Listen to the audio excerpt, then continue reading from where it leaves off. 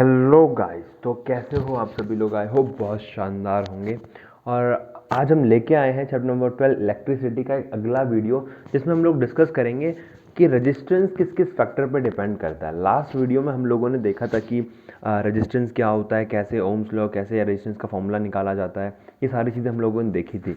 लेकिन इस वीडियो में हम देखेंगे कि रेजिस्टेंस किन किन फैक्टर पर डिपेंड करता है। अगर आपने प्रीवियस वीडियो नहीं देखी है तो मैं डिस्क्रिप्शन में लिंक दे दूंगा, देख लो उस वीडियो को। ओके, सो गाइस स्टार्ट करते हैं। पेन पेपर निकाल लो, बिना किसी बातों के साथ हम स्टार्ट करते हैं इस चैप्टर को, अगली वीडियो को। Factors affecting the resistance of a conductor. कौन कौन से फैक्टर रेजिस्टेंस पे इफेक्ट डालते हैं, कौन कौन से फैक्टर रेजिस्टेंस पे इफेक्ट डालते हैं, या फिर हम बोल सकते हैं कि रेजिस्टेंस किस किस चीज़ पे डिपेंड करता है। सबसे पहली चीज़, length of a conductor. Length of a conductor, resistance length पे डिपेंड करता है। रेजिस्टेंस लेंथ पे भी डिपेंड करता है। लेंथ पे कैसे डिपेंड करता है? रेजिस्टेंस जो लेंथ के ना डायरेक्टली प्रोपोर्शनल होता है। The resistance of a conductor is directly proportional to length. मतलब रेजिस्टेंस क्या है? डायरेक्टली प्रोपोर्शनल है लेंथ के। Resistance is directly proportional to length. अगर अगर रेजिस्टेंस बढ़ाओगे, when a length of a wire is double, अगर तुम रेजिस्टेंस लेंथ को डबल करोगे, अगर तुम लेंथ को डबल करोगे तो रेजिस्टेंस अपने आप डबल हो जाएगा। और अगर तुम लेंथ को आधा करोगे तो रेजिस्टेंस भी आधा हो जाएगा। बात समझ में आ रही ना? तो डायरेक्टली प्रोपोर्शनल का मतलब क्या होता है कि एक चीज़ बढ़ाओगे तो दूसरी अपने आप बढ़ जाएगी, एक चीज़ बढ़ाओगे तो दूसरी चीज़ अपने आप बढ़ जाएगी। तो वही चीज़ है कि अगर तुम लेंथ को डबल करोगे तो रेजिस्टेंस भी डबल हो जाएगा, और लेंथ को हाफ करोगे तो रेजिस्टेंस भी हाफ हो जाएगा। पहली चीज़, रेजिस्टेंस लेंथ पर डिपेंड करता है, डायरेक्टली प्रोपोर्शनल होता है। सेकंड किस चीज़ पर डिपेंड करता है? Area of cross section.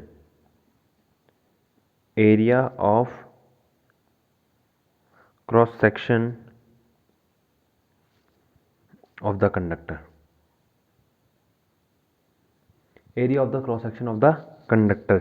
Area of cross section जो डिपेंड करता है, एरिया ऑफ क्रॉस सेक्शन पे डिपेंड करता है। जो रेजिस्टेंस होता है, रेजिस्टेंस होता है जो प्रतिरोधक जो होता है, वो एरिया क्षेत्रफल के इन्वर्सली प्रोपोर्शनल होता है। Resistance is inversely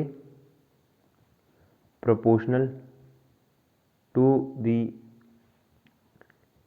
area of cross section. तुम लगा सकते हो, जो रेजिस्टेंस है वो इन्वर्सली प्रोपोर्शनल है एरिया ऑफ क्रॉस सेक्शन के। एरिया ऑफ क्रॉस सेक्शन को ए से दिखाते हैं।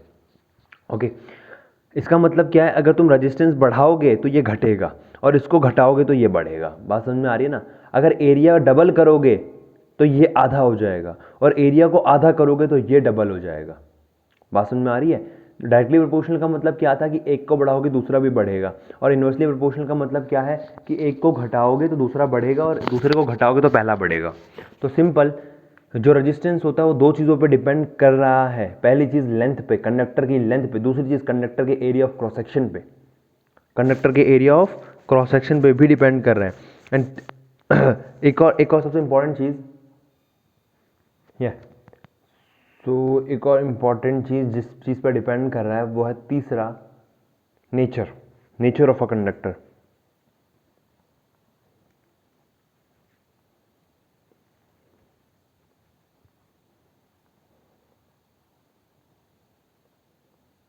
नेचर बोलो, मटेरियल ऑफ अ कंडक्टर, मतलब किस चीज़ का बना हुआ है कंडक्टर, कौन सा मटेरियल है। लाइक रेजिस्टेंस डिपेंड करता है, सिल्वर है तो रेजिस्टेंस कम होगा, कॉपर है तो रेजिस्टेंस कम होगा, लाइक नाइक्रोम है तो रेजिस्टेंस बहुत ज़्यादा होगा।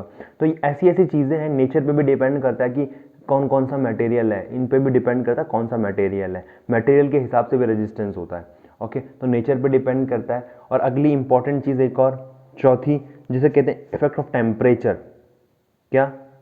टेम्परेचर पे भी डिपेंड करता है, तापमान पे भी डिपेंड करता है, टेम्परेचर पे भी डिपेंड करता है जो रेजिस्टेंस होता है। आपको पता है रेजिस्टेंस टेम्परेचर के साथ कैसा खेल है?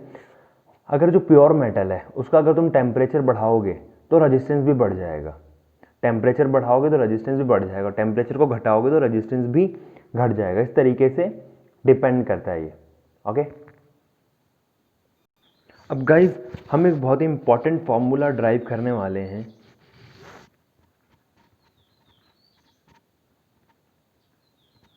रजिस्टिविटी, रजिस्टिविटी क्या, रजिस्टिविटी क्या होता है, कैसे होता है, क्या कुछ, सब कुछ देखते हैं। सबसे पहली चीज़ रेजिस्टेंस जो है वो डायरेक्टली प्रोपोर्शनल होता है लेंथ के। रेजिस्टेंस लेंथ पे डिपेंड करता है, हम लोगों ने देखा R is directly proportional to length, पहली चीज़ नोट कर दी हमने, R is directly proportional to length.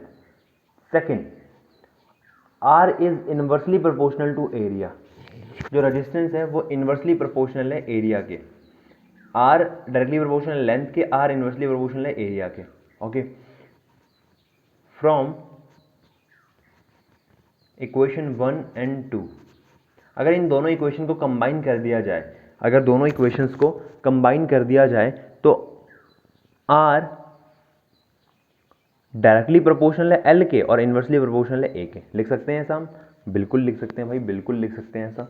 ठीक है, अब जब ऐसा हमने लिख दिया, जब ऐसा हमने लिख दिया, अब एक और चीज़ मैंने आप लोगों को बता रखी है, प्रोपोर्शनल का साइन के साथ हम लोग क्वेश्चंस को नहीं कर सकते। हम लोगों को प्रोपोर्शनल के साइन को इज इक्वल्स टू में साइन में बदलना पड़ेगा और उसके लिए हमें एक कांस्टेंट लगाना पड़ेगा। प्रोपोर्शनल का साइन हटाना है तो कांस्टेंट लगाना पड़ेगा। तो यहाँ पे एक कांस्टेंट लगता है, यहाँ पर एक कांस्टेंट लगता है जिसका नाम होता है resistivity. R is equals to rho L upon में ए, जिसको मैंने ये रॉ बोला है ना, रॉ एल अपॉन में ए, ये रजिस्टिविटी है। Here R is resistance, L is length, A is area and rho is resistivity. Resistivity okay, ये भी एक कांस्टेंट है। जैसे हमने ओम्स लॉ में हमने आर को प्रूफ किया, आर एक कांस्टेंट था, वैसे ही यहाँ पे भी ये भी क्या है, एक कांस्टेंट है। सिंपल। एक और चीज़, अब एक और चीज़, इसकी एक एसआई यूनिट भी है। जैसे कि रेजिस्टेंस की एसआई यूनिट ओम होती है, लेंथ की एसआई यूनिट मीटर होती है, एरिया की एसआई यूनिट मीटर स्क्वायर होती है। तो इसकी एसआई यूनिट सिंपल है, कुछ नहीं करना। फॉर्मूला क्या है, R is equals to rho L upon में ए। कभी भूल जाओ तुम इसकी एसआई यूनिट तो ऐसे याद रखना, रेजिस्टेंस की एसआई यूनिट होती है ओम। क्या होती है? ओम। रॉ तो रॉ ही है, और लेंथ की एसआई यूनिट मीटर और एरिया की मीटर स्क्वायर। स्क्वायर से मीटर कट गया, मीटर बचा उधर गया, जो रॉ की क्या आ गई, ओम मीटर। रो की एसआई यूनिट क्या होती है, ohm metre. SI unit of resistivity is ohm metre, ohm metre. अब गाइस एक और इम्पॉर्टेंट, सबसे इम्पॉर्टेंट बात, जैसे कि आप लोगों को पता है रेजिस्टेंस लेंथ पे डिपेंड करता है। रेजिस्टेंस जो है, जो हमारा रेजिस्टेंस है वो लेंथ पे डिपेंड करता है, वो एरिया पे डिपेंड करता है, वो नेचर पे डिपेंड करता है, वो टेम्परेचर पे डिपेंड करता है, इन सब चीज़ों पे डिपेंड करता है। जो रजिस्टिविटी है, एक नंबर का सवाल आता है, रजिस्टिविटी लेंथ पे डिपेंड नहीं करती, रजिस्टिविटी एरिया पे भी डिपेंड नहीं करती, नेचर पे करती है और टेम्परेचर पे करती है। ठीक है, तो याद रखना, रजिस्टिविटी लेंथ पे डिपेंड नहीं करती, एरिया पे डिपेंड नहीं करती, नेचर पे करती है, टेम्परेचर पे करती है, लेकिन रेजिस्टेंस तो इन चारों पे डिपेंड करता है। ठीक है, पता है क्वेश्चन क्या पूछा जाता है? क्वेश्चन ये बोला जाता है कि अगर मैं वायर की लेंथ को डबल कर दूं, अगर मैं वायर की लेंथ को डबल कर दूं, एरिया को आधा कर दूं, तो बताओ रजिस्टिविटी पे क्या फर्क पड़ेगा? कोई फर्क नहीं पड़ेगा, अजी घंटा फर्क पड़ेगा, क्योंकि डिपेंड ही नहीं करती। हाँ, अगर वो कहता है कि मैं लेंथ को डबल कर दूं तो रेजिस्टेंस पे क्या फर्क पड़ेगा? जी रेजिस्टेंस भी डबल हो जाएगा। अगर मैं लेंथ को आधा कर दूं, रेजिस्टेंस पे क्या फर्क पड़ेगा? जी रेजिस्टेंस भी आधा हो जाएगा। अगर मैं एरिया को डबल कर दूं, रेजिस्टेंस आधा हो जाएगा। एरिया को आधा कर दूं, रेजिस्टेंस डबल हो जाएगा, क्योंकि ये डिपेंड कर रहा है, क्योंकि ये डायरेक्टली इनवर्सली प्रोपोर्शनल डिपेंड कर रहा है। लेकिन रजिस्टिविटी ना एरिया पे डिपेंड करती है ना लेंथ पे डिपेंड करती है। ठीक है, तो एरिया साला तुम कितना भी घुमा लो, लेंथ तुम कितनी भी बढ़ा लो, कितनी भी घटा लो, रजिस्टिविटी पे कोई फर्क नहीं पड़ेगा, क्योंकि ये डिपेंड ही नहीं करता। ओके, अब फॉर्मूले के अकॉर्डिंग किस रजिस्टिविटी का जो फॉर्मूला है वो R is equal to rho L upon में ए है। ठीक है, तो क्वेश्चन ऐसे ही पूछ लेते हैं, अगर रेजिस्टेंस दे रखा है 5 ओम, 5 ओम, ओके, एरिया दे दिया तुम्हें लेट्स सपोज 10 मीटर स्क्वायर, और लेंथ दे दी तुम्हें 5 मीटर वायर की। ठीक है, और कह दिया कि इसका रजिस्टिविटी निकालो। तो सिंपल है, चारों चीज़ों में से एक चीज़ दे रखी होगी, एक चीज़ निकालनी होगी, बाकी चीज़ें दे रखी होगी। तो R is equals to rho L upon में ए, तुम यहाँ से रॉ का फॉर्मूला निकाल लोगे, rho is equals to R A upon में एल। तो rho is equals to R कितना है 5 इंटू में एरिया कितना है 10 और लेंथ कितनी हो गई 5, 5 से 5 को काट दिया 10 बचा, तो रॉ कितना आ गया 10 ओम मीटर। ओके, सो अगर इस तरीके के सवाल आते तो तुम कर सकते हो। अभी न्यूमेरिकल की रेजिस्टिविटी के न्यूमेरिकल की मैं कल वीडियो डालूंगा जिसमें मैं इंपॉर्टेंट न्यूमेरिकल कराऊंगा जो एग्जाम में आ रखे हैं। ओके, अगली वीडियो में आप लोगों को मैं न्यूमेरिकल से आप लोगों को रूबरू कराऊंगा। ओके, तो आई होप आप लोगों को समझ में आ गया होगा रेजिस्टिविटी का ये पूरा खेल, ये फार्मूला, नया फार्मूला जो ड्राइव हुआ इस चैप्टर में से आप लोगों को समझ में आ गया होगा।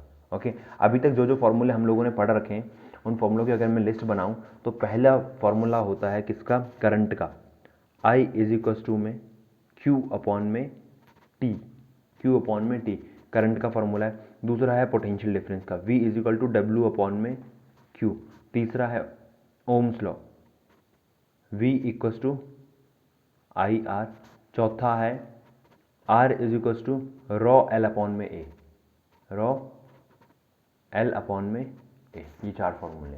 एक और फॉर्मूला मैंने आप लोगों को बता रखा है, Q is equals to NE, ये चार्ज का फॉर्मूला है, Q is equals to NE। Okay, तो आई होप आप लोगों को समझ में आ गया होगा। तो वीडियो को लाइक करो, कमेंट करके मुझे बताओ कैसी लगी, और नहीं हो तो सब्सक्राइब करो यार। ओके, अपने 10th क्लास के दोस्तों के साथ शेयर करो वीडियो को। ओके, जय हिंद।